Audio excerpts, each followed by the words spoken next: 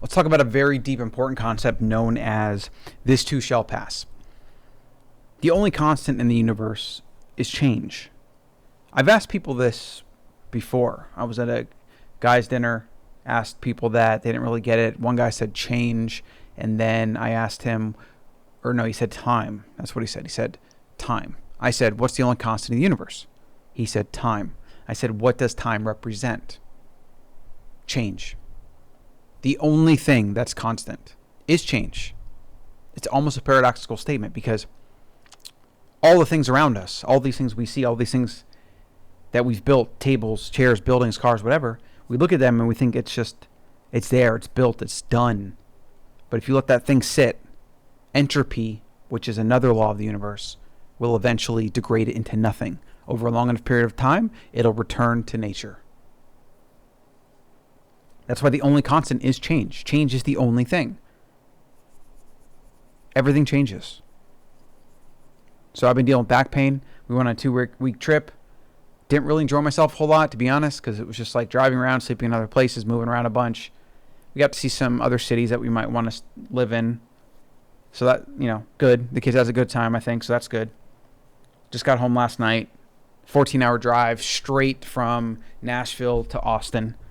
that was pretty brutal. I just woke up at noon today because we got in at like 4 a.m. And I actually feel pretty good. Overall, feel pretty good. Happy to be back into it.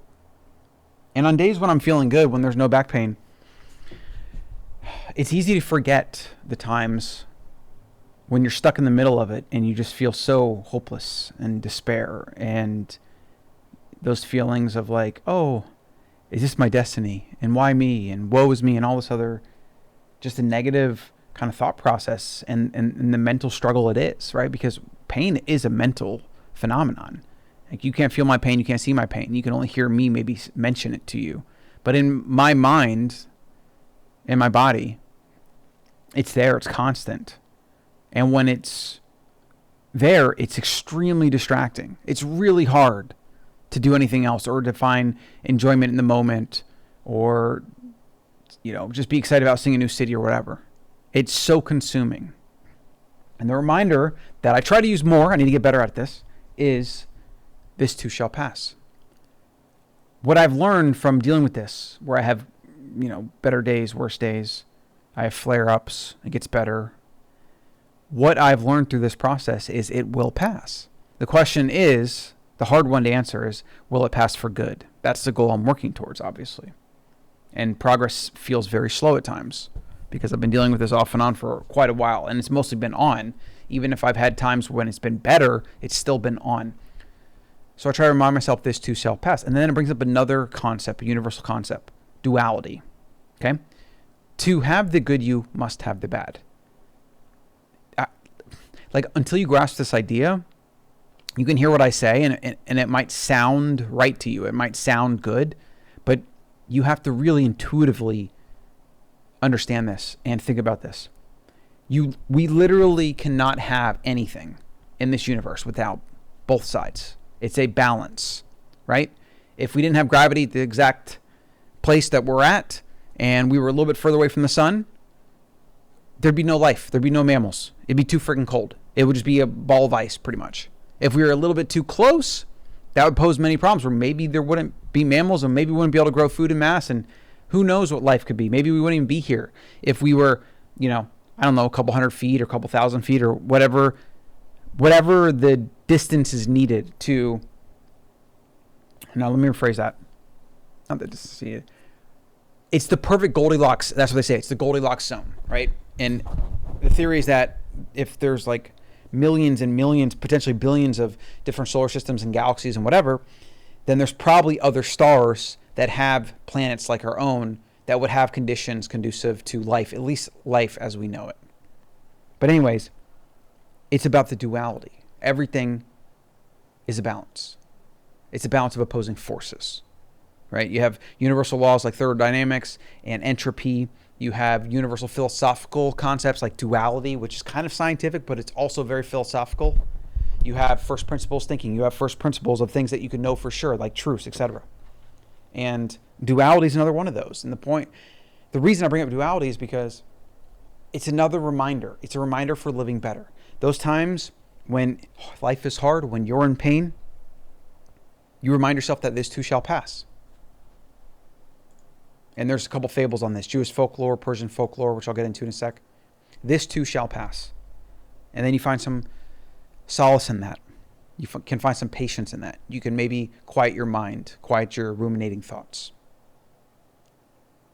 This too shall pass. Now, on the upside, when things are really great and you become addicted to that amazingness in your life, that amazing relationship, the job, the money, whatever it is, that success, those awards, you have to remind yourself, and the Stoics are very good at this. Negative visualization was a technique, very similar, but you have to imagine that that can go away. And if you adhere to the universal law of change of the universe, then you should expect it to go away. You should expect it to not last. Or at least expect that period of pure bliss to not last, because it won't. Because like, let's say you become successful, you win all these things, you build an amazing brand, you become a celebrity, you're pretty much set for life financially. But are you set for life? You're obviously not, because what do? You have kids, you start a family. What if something happens to one of your kids? What if you grow, like you have all these struggles in teenage years, or there's some drug addiction, or there's some major accident, or there's some complication with your loved one, maybe for men, if your loved one is giving birth to a baby or something, maybe there's things can go wrong there, right? Maybe your daughter goes to the hospital. We had a pretty big scare with our daughter, and we're super grateful that, everything's good so far. That was pretty scary. In the hospital for 2 weeks when she was only 2 months old, which is super early. But this too shall pass. What I've learned in life this far is the hardest things are going to be when we lose loved ones, because, the pain will pass and you'll move to acceptance and grief will pass, but you don't get them back. And so I would say probably for me, the greatest fear for me right now is my children, something happening to them. Like, I just hope I'm not around for it, to be honest. Because I don't even, it's hard to even think about that. I do think about it. I try not to think about it too much, but I also try to not suppress thinking about it, because I need to think about it. This is a form of negative visualization. It's a reminder to be in the moment. It's a reminder to enjoy their upbringing and not work so much, right? To be okay with that. The only constant is change. Everything's going to change. We are all going to return to dust. And remind yourself of this when some troll on the internet hurts your feelings, or somebody, quote unquote, betrays you or cheats on you or whatever. These things are going to happen, and they will pass. And the feelings you have are going to happen, and they're going to happen in the future, and they will pass. And we're going to all have our crucibles. We're all going to have the hardest thing in our life we have to deal with. We're all going to have traumas. We all have traumas. If you're alive, you have trauma, period. And what it comes down to from a first principles perspective is that it is all your responsibility. You have to take agency and ownership, and you have to understand these universal laws. For me, philosophy was how I dealt with losing my father. I turned to the Stoics, I turned to Buddhism, I turned to just philosophy in general. And since then, as I've become an entrepreneur and I have a family of my own, philosophy is very integral. I've also listened to a lot of Earl Nightingale, and it's stuff that I kind of intuitively learned by being kind of, personal development motivated, reading Napoleon Hill early on, reading a bunch of books, thinking about success, experiencing success and failures, etc. I've learned that it all comes back to the mind. And this is Earl Nightingale's main idea and the secret, I think, or the strangest secret. That's what it is. Go on YouTube, you can find his free talk. He's got a bunch of free talks. I just listen to him pretty often, actually. Uncle Earl, pretty much the first motivational speaker ever. And his entire thing is it all comes down to the mind, how you think. And if you think about the mind and how you think, and if you think about, the fact that the mind is the reason anything even exists, your mind, your consciousness. Without it, nothing exists. If your consciousness goes, everything goes. It's a very powerful idea. When you go deep into this idea, in a way, your consciousness is God. It is almighty. It is omnipresent, omnipowerful. Because it's the only thing there is. And as humans, because we're designed this way, we always look to others. We look to other idols, to people around us. We want cues. We want somebody to follow.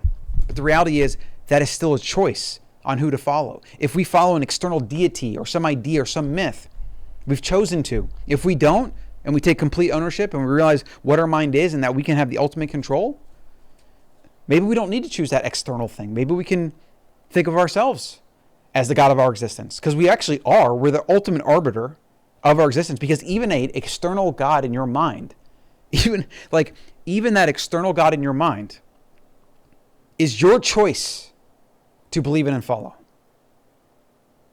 Think about that a second. Like, what? It's kind of hard to understand. It's kind of hard to fathom even. And where you go with this is up to you. Like, I'm more empiricist. I'm more like, the big question for me is how we even got here. Like, that's what I struggle with. But I don't necessarily believe there's a creator. Maybe we are just in a simulation in a video game. It's purely accidental. But then the question is, where did that simulation come from? Who created that? It's that same question. How did we get here? Who created, if there is a God creator, who created the creator? It's freaking crazy. It's wild. I feel like I'm real. I feel like I'm alive. I feel like I have consciousness. I feel like I have an agency, but it might be an illusion. Somebody might be pushing, buttons on a game or keyboard or something, and I'm just directing to do things. Maybe I'm in that simulation and somebody, like the player or the controller, and I'm what am I? I'd be the character. Go record a podcast. Talk about this, whatever. It's like, I have no idea. It might even be like, oh, here's a dose of back pain. See how they respond. It's crazy. Crazy. But for practical purposes, you're going to go to sleep tonight, wake up tomorrow, pay the bills, do things. You're going to be upset. You're going to struggle. You're going to have times of bliss and happiness, whatever. And I cannot urge you enough to get down to the basics. Understand this too shall pass. Understand Wu Wei. Understand all the philosophy, the Stoics, Buddhism, Socrates. Know that you know nothing. Go deep. Nietzsche, I'd recommend him for sure. Go deep and understand that life will eventually escape us all. And we have a very limited time here. And it's completely and utterly up to us to control how I respond to pain, struggle, happiness, success, lack of success, failure, etc. Choice. There's a book that I've started writing. It's like kind of in my subconscious. I'm not really making active progress on it. I keep coming back to it. It's this idea, I was going to call it like Max Truth. I don't know. It's definitely not fleshed out for sure, but it's this idea that like the God of your existence and how everything is your choice. It always comes back to you. It's kind of the ultimate extreme ownership, like, Jocko's brand, like extreme ownership. It always comes back to you. It's that, but a little bit deeper, more philosophical, more like metaphysical, but physical, right? Where you can't escape choice because your consciousness is the thing that chooses. Even your subconscious, like you are, that brain there is the ultimate arbiter of choice. Because to choose something else or to give agency to something else and say, hey, choose for me, or hey, I want to follow you, or hey, you're my God. To do that is your choice. To not do it is a choice. You see? It always circles back. All roads lead back to you in your mind, in your conscious and subconscious.